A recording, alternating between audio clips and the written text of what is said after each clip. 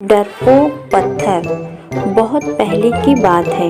एक शिल्पकार मूर्ति बनाने के लिए जंगल में पत्थर ढूंढने गया।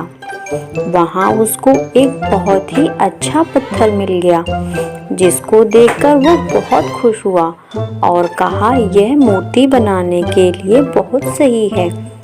जब वह आ रहा था तो उसको एक और पत्थर मिला।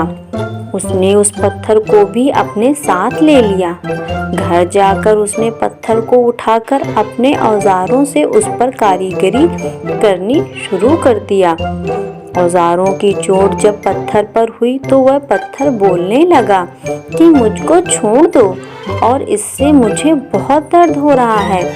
अगर तुम मुझ पर चोट करोगे तो मैं बिखर कर अलग हो जाऊंगा। तुम किसी और पत्थर पर मूर्ति बना लो। पत्थर की बात सुनकर शिल्पकार को दया आ गई। उसने पत्थर को छोड़ दिया और दूसरे पत्थर को लेकर मूर्ति बनाने लगा। वह पत्थर कुछ नहीं बोला। कुछ समय में शिल्पकार ने उस पत्थर से बहुत अच्छी भगवान की मूर्ति बना दी। गांव के लोग मूर्ति बनने के बाद उसको लेने आए। उन्होंने सोचा कि हमें नारियल फोड़ने के लिए एक और पत्थर की जरूरत होगी। उन्होंने वहां रखे पहले पत्थर को भी अपने साथ ले लिया। मूर्ति ले जाकर उन्होंने मंदिर में सजा दिया और उसके सामने उसी पत्थर को रख दिया। अब जब भी कोई व्यक्ति मंदिर में दर्शन करने आता तो मूर्ति को फलों से पूजा करता, दूध से स्नान कराता और उस पत्थर पर नारियल फोड़ता था।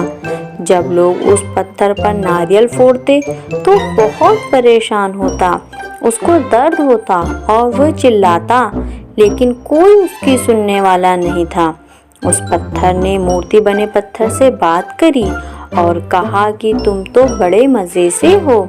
लोग तो तुम्हारी पूजा करते हैं, तुमको दूध से स्नान कराते हैं और लड्डुओं का प्रसाद चढ़ाते हैं, लेकिन मेरी तो किस्मत ही खराब है। मुझ पर लोग नारियल फोड़ कर जाते हैं। इस पर मूर्ति बने पत्थर ने कहा कि जब शिल्पकार तुम पर कारीगरी कर रहा था, यदि तुम उस समय उसको नहीं रोकते तो आज मेरी जगह तुम होते, लेकिन तुमने आसान रास्ता चुना, इसलिए अभी तुम दुख उठा रहे हो। उस पत्थर को मूर्ति बने पत्थर की बात समझ आ गई थी। उसने कहा कि अब से मैं भी कोई शिकायत नहीं करूंगा। इसके बाद लोग आकर उस पर नारियल फोड़ते। नारियल टूटने से उस पर भी नारियल का पानी गिरता और अब लोग मूर्ति को प्रसाद का भोग लगाकर उस पत्थर पर रखने लगे। सीख: हमें कभी भी कठिन परिस्थितियों से घबराना नहीं चाहिए।